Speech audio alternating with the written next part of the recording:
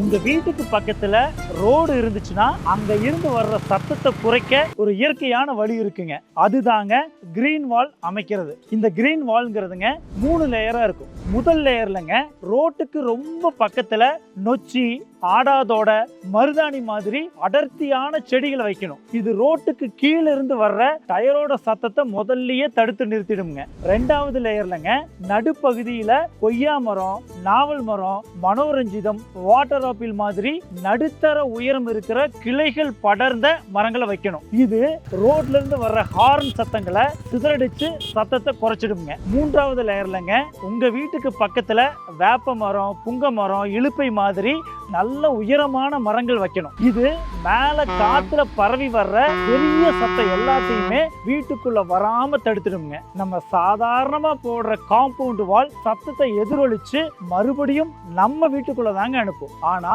இந்த கிரீன் வால் சத்தத்தை அப்படியே முழுசா குறைச்சிடுங்க. அதனால உங்க வீட்டை சுத்தி மரங்கள் நிறைஞ்ச ஒரு பசுமை சுவரை உருவாக்குங்க.